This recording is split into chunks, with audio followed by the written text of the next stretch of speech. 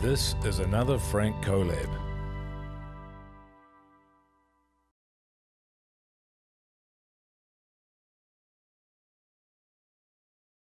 At 17, getting into radio was a high because I'd always wanted to do it from like 10 years of age. Wow. Yeah. The voice, it's iconic. I think everyone recognizes your voice. Going into the summer, I think when I was 16, and it's still being like this. And then just about nearly 17, people are going, God, your voice is so deep. How much do you share of yourself on air? Did you kind of struggle with that? Gone too far, said too much, have got in trouble for that with my wife, absolutely. You are literally making mistakes live on air, Yes. publicly, day after day. Core listeners probably loved it, but the ratings started to drop and probably we're nearly close to being out of a job. Leaving the comfort zone of radio to then being out there in like shiny clothes and glittery outfits and whatnot. The most hardest thing I've ever done in my life, the most nerve-wracking thing I've ever done in my life. It was terror. I thought it would get better, but it didn't really. You said the word underdog. Yeah. Now that segues really nicely to Dancing with the Stars. Everyone thinks about is, I don't want to fall over, and I did that. It's never going to be as bad as you think it is, or scary as you think it is.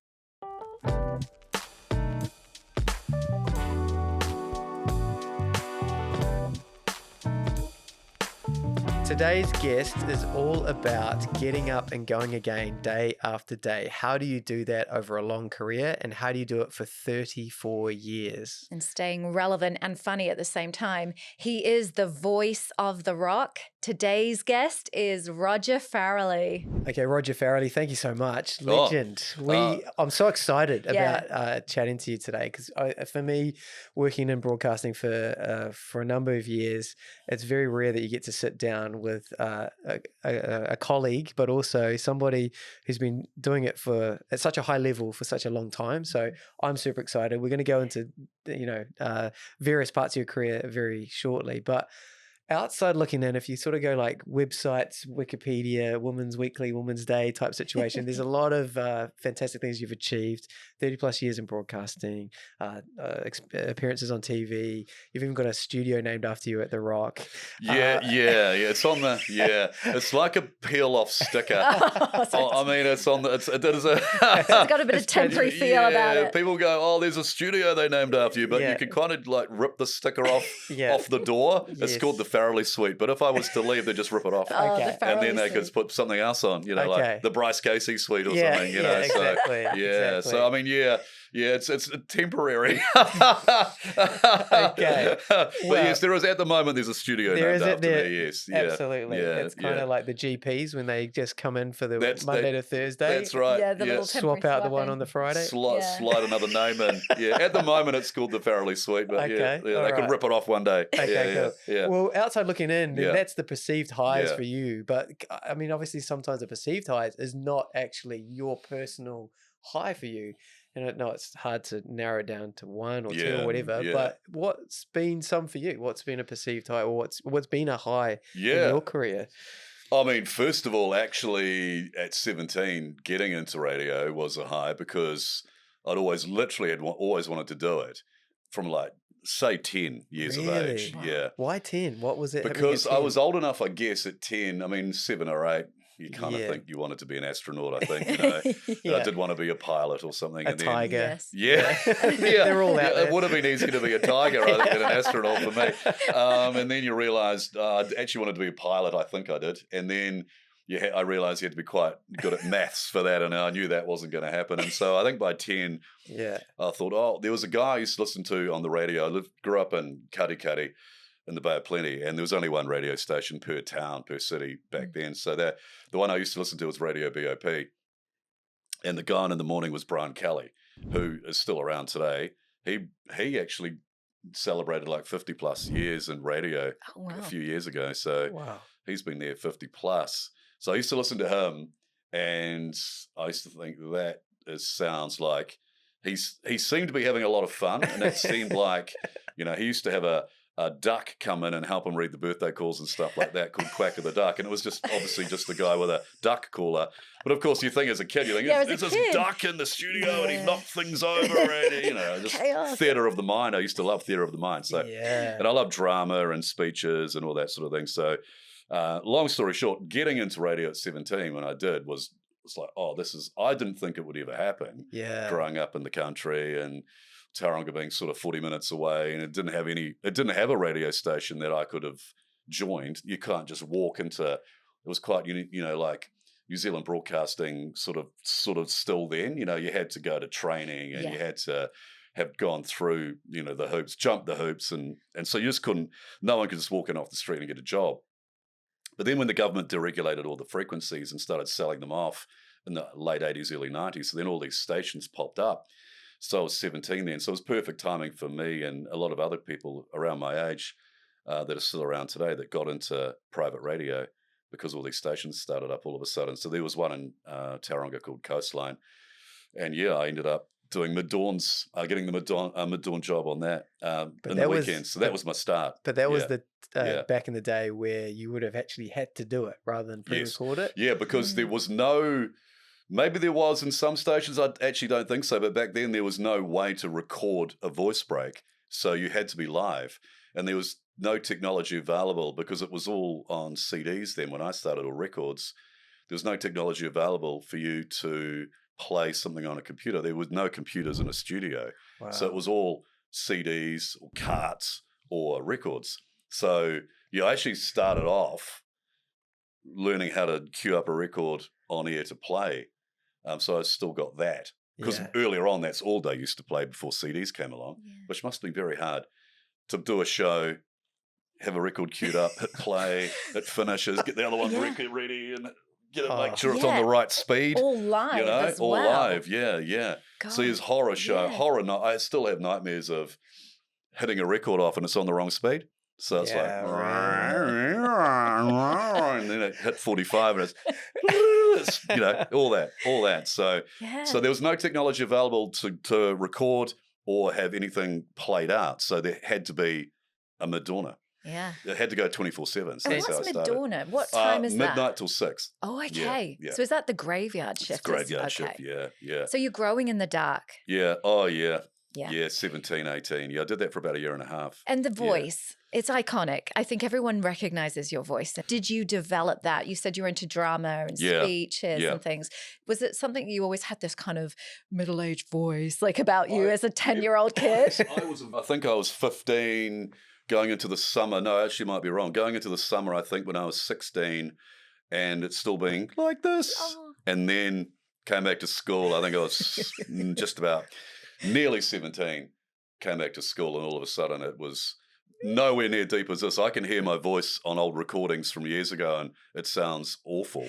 Not that I'm saying it sounds great now, but it sounds, my voice sounds so tinny and awful. But then people, even when I was 17, people were going, God, your voice is so deep. Yeah. Really? And it must have been, but I can hear it back and goes, no, it sounds awful and tinny and not that deep at all. But it does, I actually think voices get deeper over the years. They do.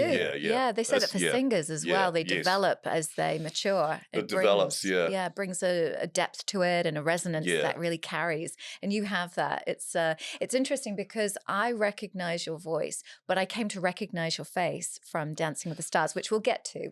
But I'm really interested in from being 17, 18. Yeah. That was your highlight. They were the most memories you were fond of. And I think that was the highlight. To even get into radio, ask for highlights. To get into radio was a dream I'd had since I was 10. And then to actually be on air was very, so fulfilling. Yeah. But then I got over mid-dawns after about a year and a bit. Yeah. And the guy who had set Coastline up, long story short, had set the Rock up. And then, so I went he offered me a job doing drive afternoons in Hamilton. Wow. And so that's how I got to the Rock. Yeah. Wow. So I started off doing afternoons there in 1992. Okay. Yeah. So I want to talk to that 17 and 18-year-old Rog as well, because that's a huge thing to do midnight to dawns as a 17-year-old, 18-year-old. It's antisocial hours. Yeah. You've got to love it. You've got to love it. Yeah. Because of course, all your mates have just left school or going to uni or getting jobs in the daytime or actually having a life. But you've got to really want to, you're right, you've got to really want to do it, because it would have been easy just to go, I'm sick. I don't want to do this mid-dawn. I'm tired. I'm sick, and just go to a party, And no one's really listening either. No. Your friends aren't like, maybe on the Friday night, maybe, or the Saturday night, they might be tuning in at whatever. No one's listening. And also, so Tauranga, the audience, pretty small, cut that into like a national radio across the country network show, which probably, everyone's got one, and then you're a very small piece of the pie. Yeah. So it's a great way to learn. 100%. Yeah, good training ground. Yeah. You can make all the mistakes then, and it doesn't matter. Yeah. So there wouldn't be many listening. No, not. It's only one city. Exactly. Yeah. So you go from there to drive time, which is a huge deal. Yeah, it was a huge deal. Because Hamilton, like Tauranga's, for you was a big city. Yeah. But Hamilton's bigger, and it was at the time way bigger. Yeah. And this was rock. Was it the rock new at that point? Yes, it was new. The rock started at the end of 1991. Right. And I started sort of midway through 1992. So it had only been going 6-7 months. Yeah. What was the guy's name again who picked you up from? Grant Hislop. Grant Hislop. So Grant had started Coastline with his dad, and a few private backers, and then he left due to a family argument with his dad, and so he went to Hamilton and started the rock up with essentially his mates and with more private backers, and that's how the rock started. Yeah, my mates were at uni in Hamilton, and I went to stay with them for a weekend, a few days, and then went and saw Grant at the rock, begging him for a job, sort of like, oh, hey, how are you? And hoping he'd offer me a job. And he said, I heard you the other day. You're sounding pretty good. So send me a tape of your mid-dawn show and I'll get back to you. So you go back to work and you do the best show you could possibly try and do, and then send him a tape of yourself. And then within about a week, he offered me the drive job. He was doing drive at the time. When I say drive, I mean afternoon, so like 2 till 7 or 3 till 7 is what some do. Yeah. And he was trying to run the station and do afternoon, so we couldn't do both. So luckily he picked me. So that was to go from the mid-dawns to drive in Hamilton. I felt that was awesome as well. Yeah. And rock had just started. Yeah, and the big step up as well. I'm imagining this is where you're like, people are listening now.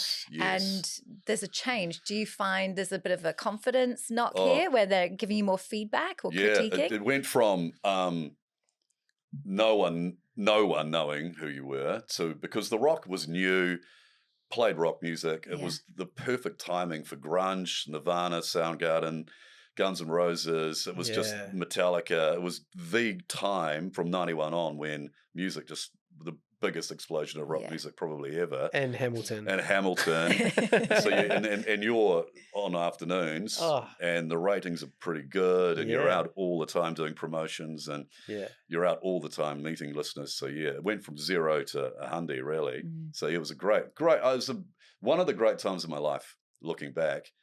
In Hamilton, because you're only in your 20s, early 20s, and living life, and you've got a cool job, and you're working with cool people, and you're doing cool things. You only worked in radio? Pretty much. I mean, I mean, I packed kiwi fruit in a pack house when I was 15, 16. That's like military service in Bay of Plenty. That's just what you have to do. That's what you get. You come home from school and Dad says, "I've got you a job in the pack house." So you're right. Well, it's I picked kiwi fruit for a couple of days. And I went, "Oh, that is the worst job. It's terrible job." And so it was either pick kiwi fruit or pack kiwi fruit, and packing them was way better than picking kiwi fruit. So that's what I did. So no, I've never really had a proper paid job apart from radio. And I've never really had a job interview either. Was this when you met Lisa around Hamilton? Yes, that's what. Yes, so she was. She had gone to uni, the education. So she's a teacher. Sorry, so that's the Teachers College, at Waikato Uni. So she'd gone there. So I think we worked it out. We'd definitely been in the same pubs together when she'd been at uni and I'd been on air. And so, yeah, she did used to listen or did listen to the rock. But when I met her, she was a teacher, yes. Yeah, Okay. yeah. Because yeah. I read somewhere that she used to listen to you. Is that... She did. So, yeah, she did. But I think... She fell in love with your voice and wanted to meet you. Yes. And then met me and ran a mile. No, we've strangely enough had met each other out on the town. And she phoned up once and won some tickets to Neil and Tim Finn at the Founders Theatre in Hamilton that we were giving away. And so, because she was a sexy sounding female on the phone, I just gave the tickets to her and didn't really take all of mine. And gave her the tickets, and then I met her at the gig after. Oh. And all my mates left me there and they just drove home. And so I was just yarning to her after the gig, and she ended up dropping me off at my flat. So that's how we kind of met. Yeah. How old were you guys? Yeah. I would have been about 23 then. Yeah, about 23. Wow. Yeah. So I just started doing breakfast. Yes. So then talk to us from Hamilton to the big smoke of Auckland. Yeah. How did that happen? Were you headhunted again to go wider, so nationwide? Ownership changes quite, that change, the Media Works has just been sold recently. Yeah. So we got bought and sold by Stephen Joyce was at Energy FM in Taranaki. So he'd sort of was growing up his kingdom of radio stations and frequencies throughout the country. So he ended up buying the Rock and a few other frequencies. And so, long story short, he networked the breakfast show that I was on, Nick and myself, Nick Trott, and I were doing breakfast from 94. So from about 96, we started to network because he bought all these frequencies up all over the country, and he networked the Rock, and he started the Edge Up, and we started networking all across the country, apart from Auckland. And then we networked to Auckland, got a frequency in Auckland, and then pretty much moved up at the same time in 1999 to Auckland, networking over the whole country, along with us, Edge. So we're networking across the country from about 96, and at 1999, we were across the whole country. Yeah. Wow. And there's more frequencies now. Yes. Like, your Timaroos now and your Coromandels, which we didn't have before, but now we're pretty much everywhere. Apart from the West Coast, that's pretty much it. Yeah. And I want to talk to that as well, like, because you've had different co-hosts and things like that over the times. Yeah. That's amazing to the bond that you have with the co-host is... Yeah, the chemistry. Yeah. Do you sometimes feel like you've ever been just squished together and made to get on? Or yeah, so Nick and I kind of were. He was a copywriter at The Rock and was very good at character voices. And so when I used to do afternoons, he'd ring me and do different characters. And then the breakfast guy left, and Grant Hislop had just said, right, well, you're doing breakfast, Roger, and you're doing it with Nick, and you're starting like literally next year. And we had like a month or two before we knew we were doing it. And that's you're not asked, you're told. Yeah, you're told. And you'd have to make it work. I mean, if it didn't work, it doesn't work, but you kind of have to make it work. But we're similar age and kind of did love the rock mentality and rock music. So so we did that show together from then till he left about 2005. So we did that for a long time. Yeah. But I mean, chemistry, you got to have chemistry. Otherwise, it just doesn't work. They do have like chemistry tests now for auditions. So it's a big part of it, isn't it? But I know. Back then would have been luck of the draw and fingers crossed. You're right. It is luck of the draw. Yeah. And as long as, if everyone on board wants to make it happen, then it'll probably work. But if you've got one that doesn't want to make it work or feels like they're not a team player, then it's going to come unraveled pretty quickly. Especially that time of the morning. Yeah, especially that time of the morning. Yeah, and I want to talk to that as well. Are you naturally a morning person? I wouldn't say that I am. Okay. No, I wouldn't say that I am. But I'm not really a night owl either. But I don't. People go, oh, you must just wake up, in the weekends at 5 a.m. There's no way do I ever do that. No. So, because last year they gave me a sabbatical. They gave me a couple of months off. So I had November, December off, which was great. And it was kind of like a 30-plus year Yeah, a little bonus sort of thing. Yeah. And 2 weeks. 2 weeks. Yeah. So so they gave me a couple of months off, and not once did I wake up at 4:30 in that 2 months. You didn't lament. I didn't. I was literally up 8:39. I was up. Yeah. There's questions around that motivation when you hear the alarm go off at 4:30 in the morning. You've got to still want to really do it. Yeah. Yeah. And if you start to, like 2023, I turned, yes, it was 50. And I started to really seriously think about, there's got to be, not that I don't love it, and I do, and I do enjoy the show, and it's probably had never been better, to be honest, if you look at ratings and 100%. enjoyment and everything. Yeah. And so I got to 50 and went, I've done this my whole life, really. I mean, I've been doing it since I was 17, and I was kind of thinking, there's got to be something a bit more to life than just getting up. It's a bit Groundhog Day. It can be a bit Groundhog Day sometimes. And you do it by yourself, which is a lot harder. It's a lot harder to do by yourself. I want to talk to you about...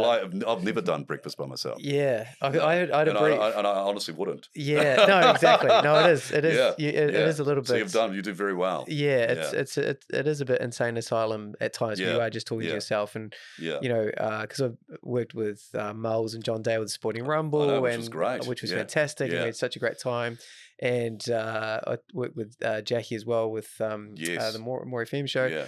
But what I want to talk to is I want to go here because a lot of people are in the same boat, whether they're working in radio, even just getting up at 5 o'clock just to put food on the table, do whatever they got to do. The daily grind. And I have this, the alarm goes off. Yeah.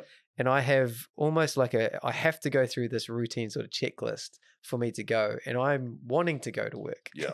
And some people don't actually want to go to work. I know. So so for me, like I have to get up within like maybe 10 seconds. Yeah. Oh, yes.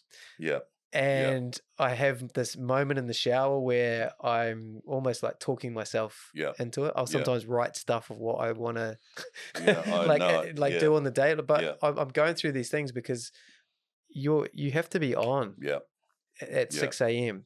And people, yes, we work less hours, quote unquote, but those hours are intense. It's a show. It's different. It's there's so much energy that goes into that.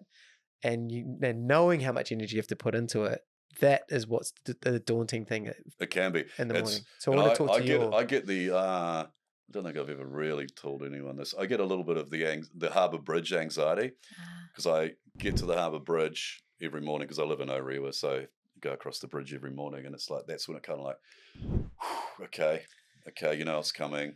I hope it all goes well today. I hope we're prepared, and.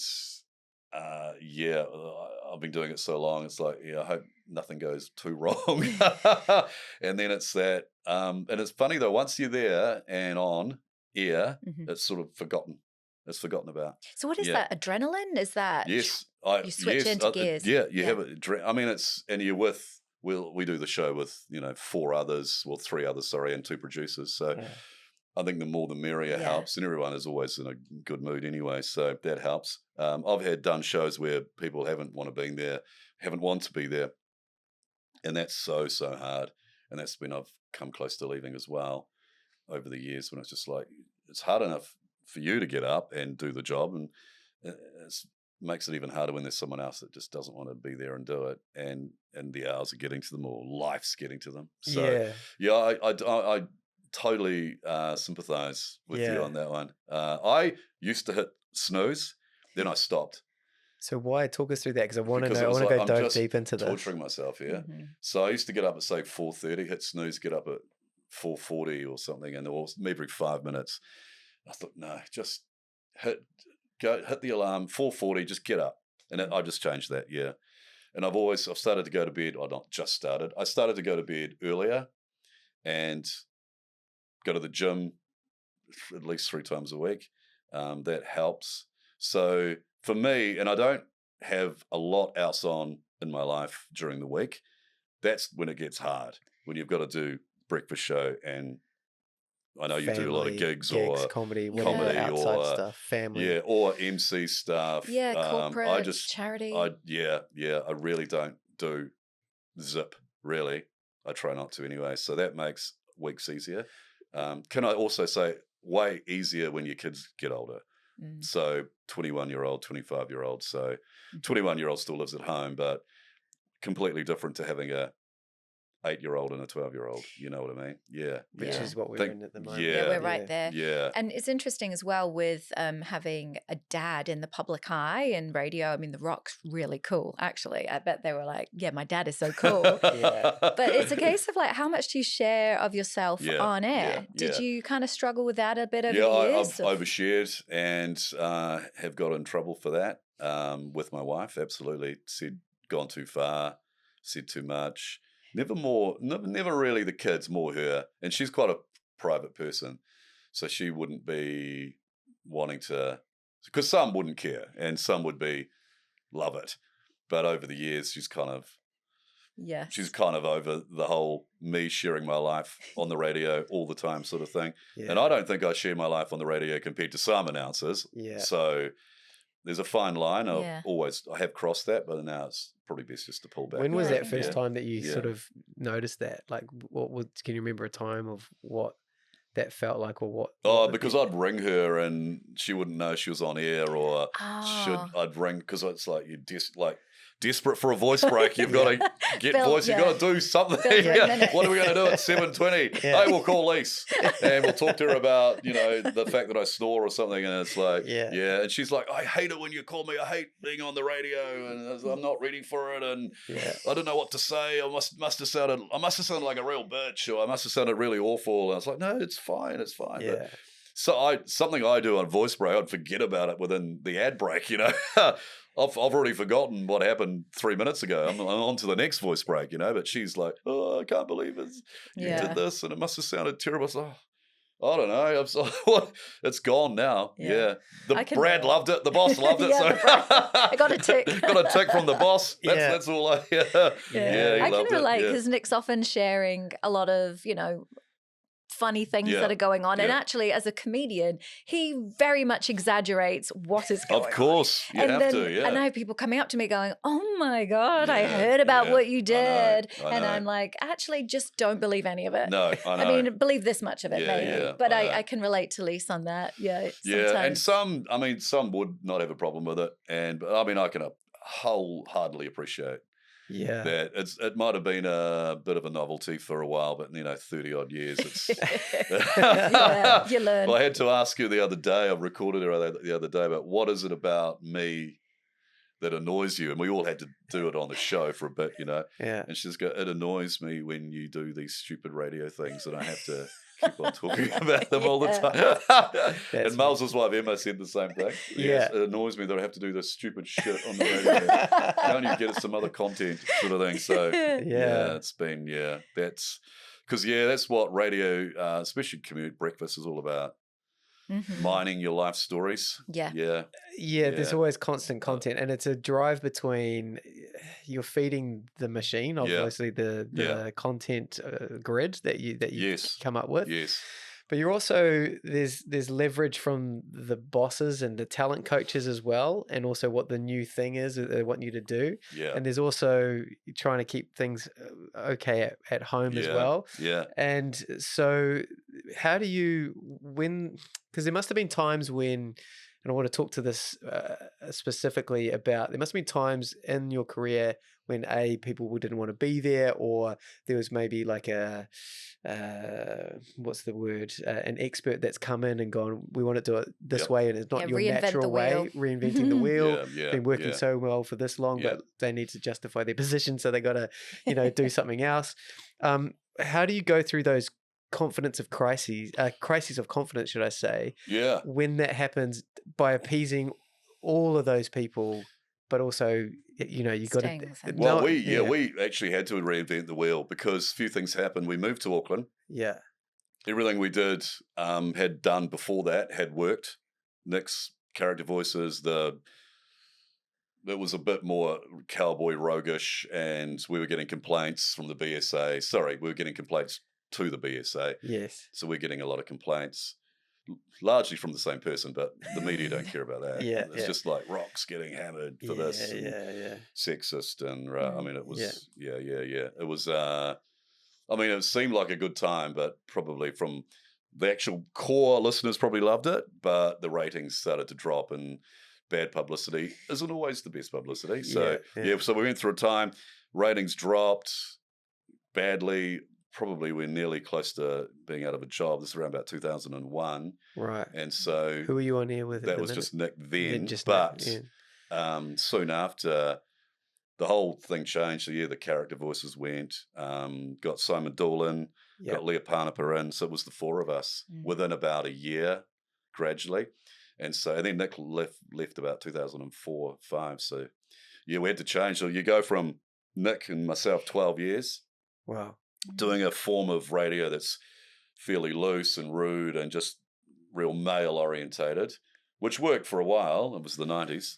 But then by 2000 on, it's completely changed, really. Completely changed. Yeah. You've got It's more based on stories, listener stories and topics and bigger competitions where we weren't really doing that before. You're still trying to figure out, hey, now it's not just two people having a conversation, it's a third. Yeah. And it's new voices and it's trying to read each other. Okay, they look like they're about to finish, so I'm going to slide in here and not talk over each other. 100%. There's so much dynamic there that you have to work in, and there's no real practice. You're just live or pre-recorded. No, live. this is the thing. Then this is why they'll cobble together two people who don't really know each other on a breakfast show and go, and then wonder why it fails. They do it all the time in Australia. Oh, yeah. They'll get comedians in Australia or someone from The Bachelor or someone from Big Brother, throw them on a breakfast show with someone else, and I can't believe that didn't work. and it's embarrassing. Yes. Because you're making mistakes. Yes. And as much as we laugh about it, but you are literally making mistakes live on air, publicly, day after day. Yes. So how did you go through that? How did you do it? Yeah, I also got a real wake-up call about 2001 where we were in terrible shape as a station, and I just had Olivia. Sorry, I hadn't. My wife had, but we just had Olivia. Yeah. So, and we just bought a house. And I was like, man, I don't know. My career might be over here before we just moved to Auckland, and it might about to be finished. And there was serious talk as well, because the Edge then was an absolute juggernaut monster, and they were still in Hamilton, and they were going to come to Auckland. We knew that, and they were massive off the back of their Two Strangers in a Wedding, when they married two people. They invented maths, the Edge. They did. Yeah. They did it way before. So two people got married. Yeah. And they did that two or three times. Gosh. And that was not just that reason, but yeah. So they were a monster. And so they were going to come to Auckland. And so they needed a frequency. So it was either us or Channel Z that was going to lose their frequency to the Edge. And I don't want to know how close it got to us, but luckily for us it didn't. But because Channel Z at the time was going good. Yeah, going very good. Because I remember Jermaine Clement was writing copy for them. Incredible. There was a whole bunch, and so if their careers hadn't have gone that way, potentially, I know, there could have been all sorts of stuff there. Yeah. So massive wake up call. I just had to. I mean, had gotten that far without working as hard as I should have. Really, essentially. We just had a formula of doing a show which used to work, but then I really had to just massively step up.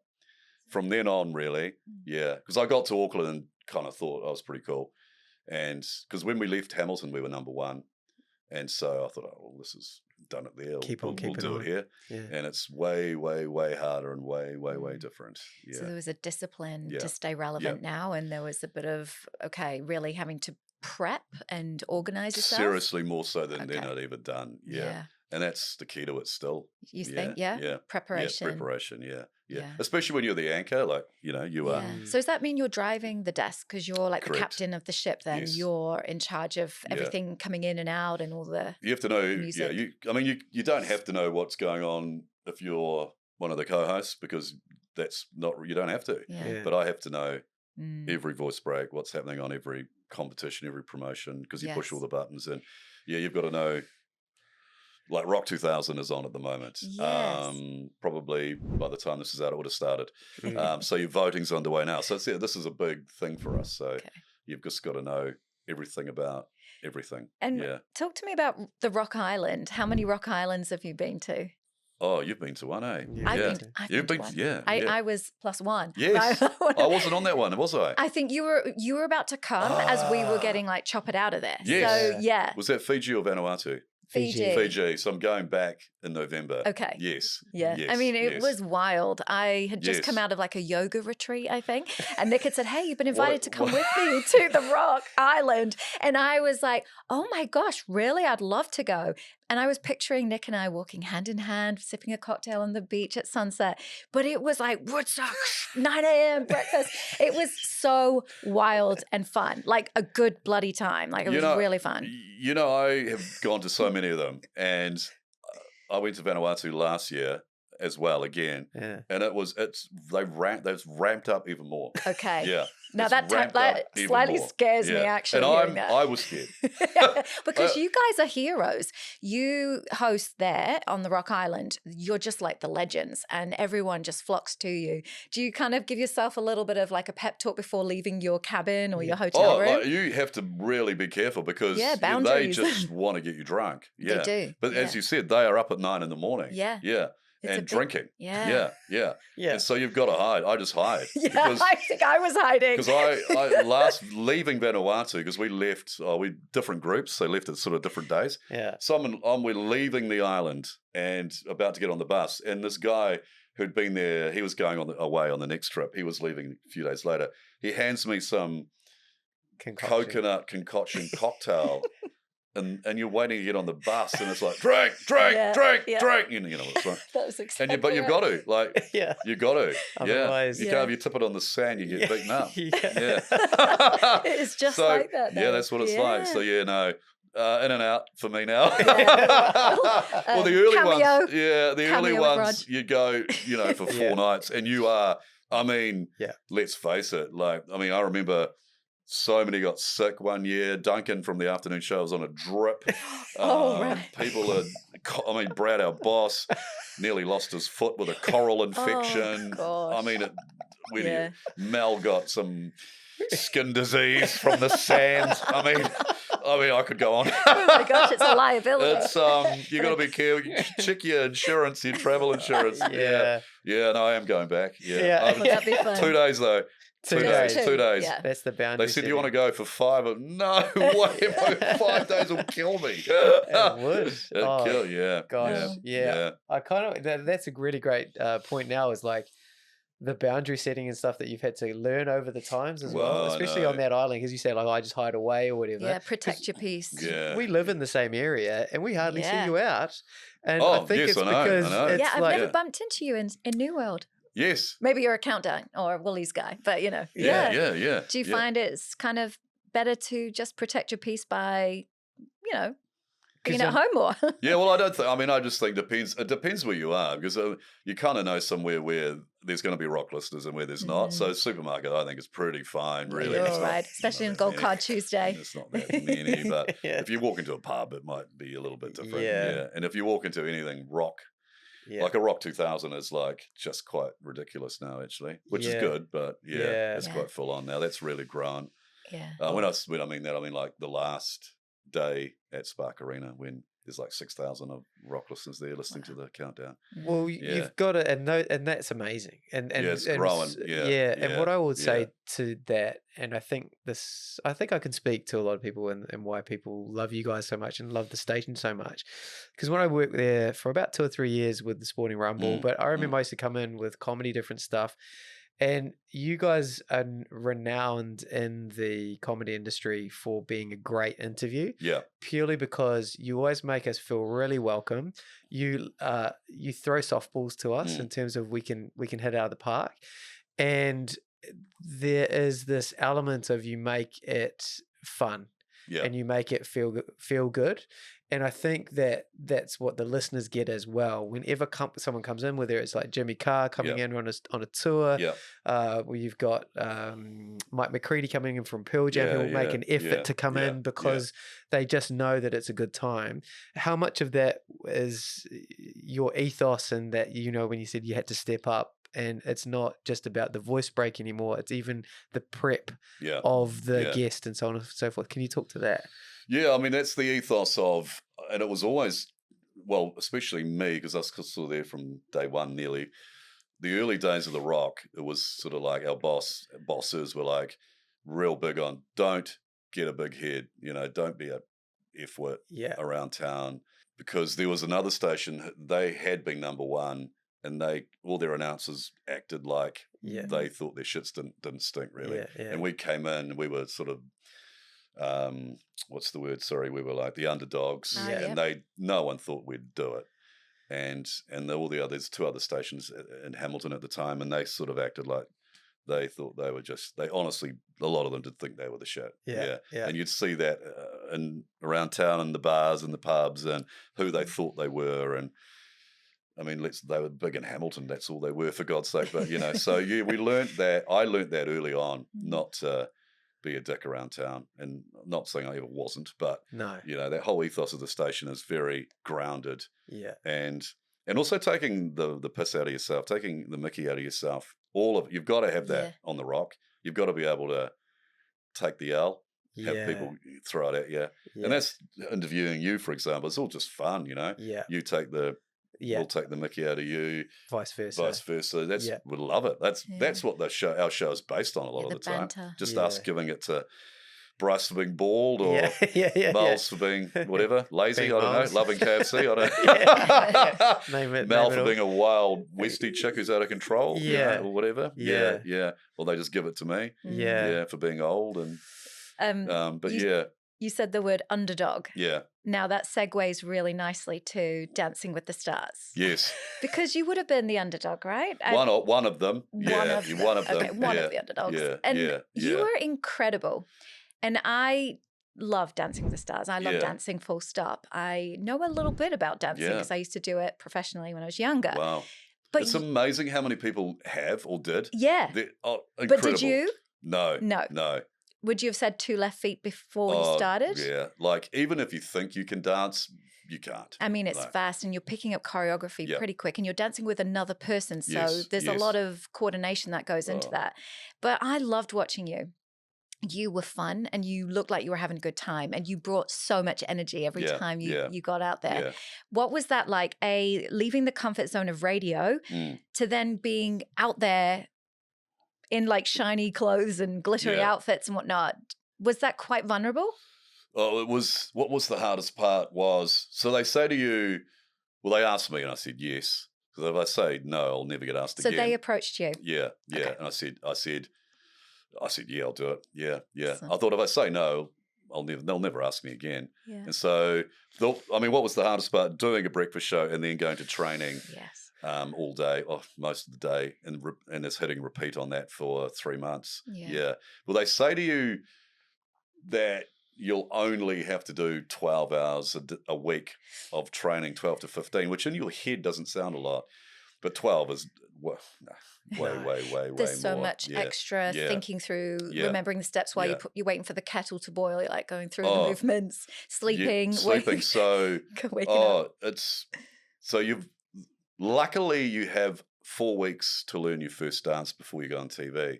And so you've got 4 weeks of sort of like boot camp, and you kind of know your first dance pretty well by then. Okay. But then it Ramps. flicks because you've got a week, well, it's even less than a week to learn the second, and so on and so on. But the most hardest thing I've ever done in my life, the most nerve-wracking thing I've ever done in my life, it was terror. It was sheer, that first, I thought it would get better, but it didn't really.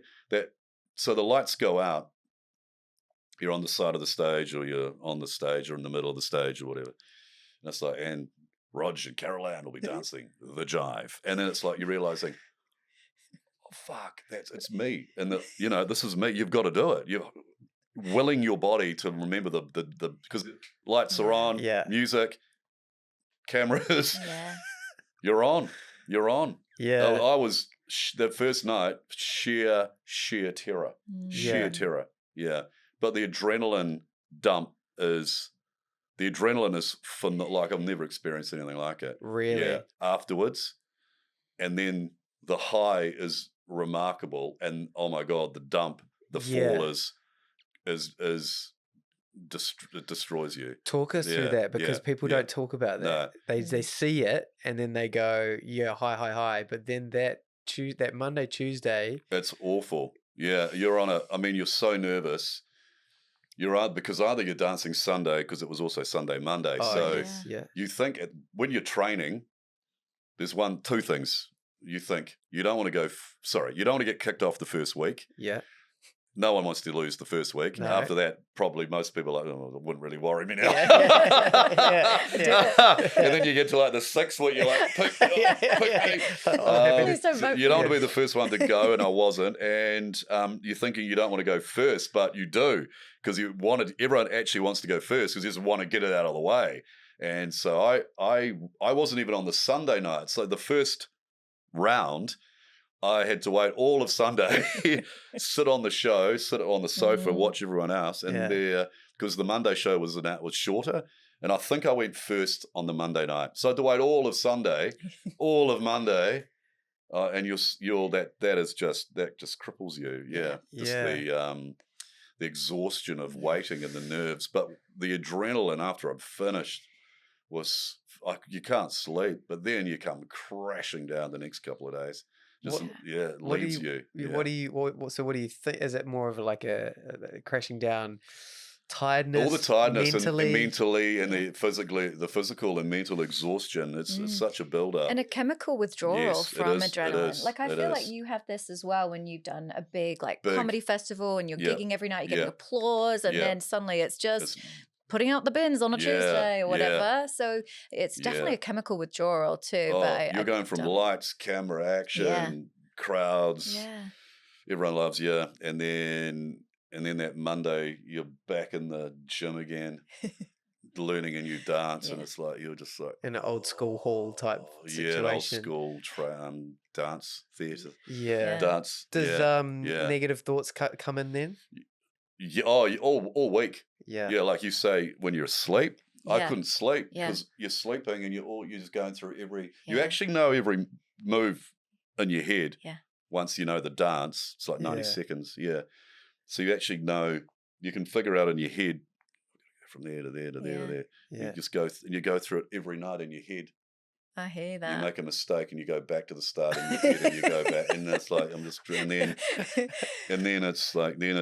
and then the alarm goes off at 4:30. And then the alarm goes off, and then you do it. But it never, I really loved it. Yeah, you did really well. I loved it. I loved it, but I was very happy when I got kicked off. Yeah. I was quite ecstatic when I got eliminated. I was like, oh yeah, thank God. Yeah. A lot of people don't say that because you can love something but not want to do it. You can love something and not want to do it. Yeah, I was over it by the time I finished. I look back with fond memories, and I had some great times, but it was hard. It was hard because you tripped. You fell. Yeah, I was not blaming anything. I'd been sick that week, and I just think that was just I'd battled through, and that was just a bit of fatigue, I think. Yeah, totally. But you got up and you carried on. So a true sign of resilience and perseverance. And I thought I was gone. I thought, oh, that'll be it. I've fallen over. The judges will hate it. I'll be gone. And I think it was the reverse. They gave you more because you kept going. You got me another couple of weeks. I was like, oh no. You got your couple more. Damn, I should. Actually, by the time I actually got eliminated, they were throwing in 2 dances a week, and that was like, oh, I can't do this. That's a lot. It's a lot. I can barely do one. And so I had to pick. We did a group dance, and then I had to learn a tango, which I barely learned, and it was terrible because I spent all week learning this group dance with 8 of us in a group dance, and I was still working. And it's like, some of them were literally finishing Dancing with the Stars at whenever time it finished at night, 9 or 10, and then going back to the studio and rehearsing till like midnight, 1 in the morning. Wow.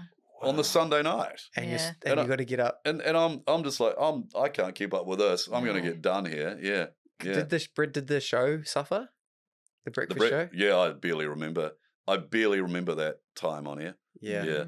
Oh, I think we just talked about dancing a lot. Yeah, but probably a lot of yeah, content. that would have. I barely remember it. Yeah. Did you say to you, because who was your co-host at the time then? So Bryson Moles then. Yeah. Yeah. Bryson Moles then. Did you sort of and our producer Ryan. Yeah. Yeah, and did you sort of say to them, "Hey, listen, I'm pretty knackered here," or was there any of those kind of conversations? Or I should have asked for more time off. Mm-hmm. I should have just said, done a deal or something like, give me every Friday off or something, Mm-hmm. or give me every Friday off when I'm on the show. Or I should have, in hindsight, I should have done that. Mm-hmm. Would have made the show's life easier, my life easier, and it was would have probably got me through. But when I got that last week, when I got eliminated, I was done. Mm. Yeah, absolutely done. yeah, I was crying and I was sore. And Yeah. my calf, I'd done my calf in, and Yeah. I was pretty fit though. But I was, yeah. I was pretty fit back then. Yeah, you get fit. yeah, But no, I actually, funnily, just knew I was going that night. I just knew yeah. that I was going to get eliminated that night. Almost Yeah. willing. Even yeah. Carol Ann, my dance partner, said, "I think we're going to go tonight." I said, Mm. "I think you're right," and we did. Yeah. Yeah, It's kind of Yeah. like that midnight to dawn thing, right? Yeah. It's like once the lights aren't on and Yeah. you're potentially no one's watching, yeah. and if Yeah. you don't love it, Yeah. why are you getting What are you- up? what are you What are doing you it doing? for? Where are you doing it? And Yeah, I think yeah, that's the key. On the show, our whole ethos of this is to spiral up, to go again, to Yeah. stand up again, that Mhm. kind of situation. What's your thinking process? What advice you would give to those people? What internally do you have, like soundboards do you go to? Do you talk to your family, friends? Like what advice would you give to those people? Big scary opportunity. I know, Mm. and it's because it's me. It's like, oh, it's all going to be bad. I think in my head, and it's like, oh, I always probably think what's going to go wrong. And when I was dancing, and it was like, oh god. I mean, actually, funnily enough, what everyone thinks about is I don't want to fall over. Mhm. I don't want to fall over on live TV, and I did that. But was it as bad as I thought in my head? No. No one wants to drop their partner, like Rodney Hyde did. That still gets talked about with all the dancers, and you don't want to do that either. So, what my advice is, it's never going to be as bad as you think it is, if you know what I mean, or scary as you think it is. You'll think you think it could go bad, Yeah. or it could be very scary, and it might be, but it's probably more your mind telling you that it's probably never going to be as bad as you think it is. And Yeah. it's probably will work out. It probably will work out. Unless you try and do something that, unless you're trying to become an All Black or something. You know what I mean? 100%. Yeah. If it's in your wheelhouse, it's Yeah. probably not going to be as bad as you think it is. Over the years, the show has got to be better. So, and I just think sometimes, I've thought over the years, oh, we're done here, whatever. Not now, but in the 30 odd years of me doing this show, and there's been a lot of versions of this show, I've often thought that, you have some bad survey results come in because I care too much about survey results. Some people don't, and I'd like to be like them, but I always just not so much now, because there used to be 4 a year, so you can't get too stressed about it. It's 4, Yeah. now there's 3. So I used to be a shocker and just Really? get negative thoughts about, oh my God, we've dropped here, and this is the end, catastrophizing everything. But Yeah. I look back and I'm like, what were you worried about? What were you worried about? Yeah. You dropped half a point somewhere or a point somewhere. Mm. It's just not. I take it too seriously. Bryce did that. I take it too seriously. Yeah. Well, I love it so much, and I'm very invested in it, and I take it quite seriously. But I don't, not as much now. No, not as much now. Yeah. Do you think that that's now, with the not taking it so seriously, like what's next for you in terms of The Rock and Yeah, things because like that? I've made some decisions about, so, I got to 50 and I went, oh, there's got to be something else I can do. And the kids get older. I think that had a lot to do with it. So all of a sudden your kids are off your hands a bit. And, we sold our house just recently and downsized and made life a bit easier. And we've got a place in Mangawhai, so we kind of spend a lot of time up there as well. So I'm just trying to it's not all just work now. But yeah, so I mean, I have to make a decision as to how long I'll stay at the Rock. I won't be there forever, Okay. and I'm not leaving radio, but I've got to sort of look at my options and mental health but I am right now very happy. So, but there's going to be some changes, I'm sure. Yeah. On the work front. It's been like 34 years. 34 years. 34 years on. I bet your alarm. No, sorry, 32 years on breakfast. So 32 it's a long time. Yeah, I bet your alarm clock's ready for a break. That would be well. nice. Yeah, it would be nice. Oh, you've been amazing to talk to. to. So thank you so much. Thank you so much, Roger, for coming on, and to stand up again with Sophie and Nick Rado. Appreciate you. Anytime. Thank you. Thanks a lot.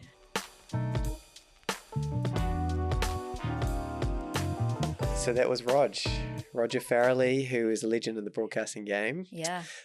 Couple big things. The Harbour Bridge dread. Yes. So the Harbour Bridge to where his workplace is, it's probably maybe 6, 7, 8 minutes. Yeah, about 6, 7 minutes. Mm-hmm. Yeah, to get over there. So every single morning he goes in there and has to give himself a little bit of a pep talk.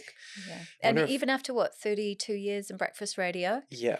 That is still a practice he does to hype him up and get him going and get him ready for the show. I wonder if other people do that before they, drive into the work site or, into the yoga studio or to work of whatever capacity you need. I do. And what I'm hearing in that is affirmations as well. Like, I hope it goes well. I hope there's no big dramas. Like, I hope the show goes good today. Yeah. It's speaking positivity into it, even if you feel like I'd rather be asleep right now. I admire it because, did he say 34 years in broadcasting? Yes. 32 in breakfast. I mean, I am a person who seeks novelty and changing environments and contracts rather than, long employment contracts, like more freelance work. But this, I really admire. It's someone who's constantly finding new ways to look with fresh eyes on the job and to fall in love with the job again, because, year after year, there must be so many times you're like, I'm ready to call it quits now or do something different. But that discipline to keep going is pretty impressive. Yeah, we haven't talked to anyone who's career long. We've always said, like, get out of what you're currently doing and start again and rip it all down. But it's like throw a bomb and just go, do something new. But this is really good because, like, no, you've got a mortgage. Stick to the thing, especially if there's something that you love and you're talented. And he loves radio. And he said he cares too much. The conversations, his radio. He's the real deal with radio, hey? Yeah, absolutely. So that was Roger Farrelly. We really enjoyed his chat. Thanks again for listening to and watching Stand Up Again with Sophie and Nick Rado. We'll see you next week. Yeah, see you next time.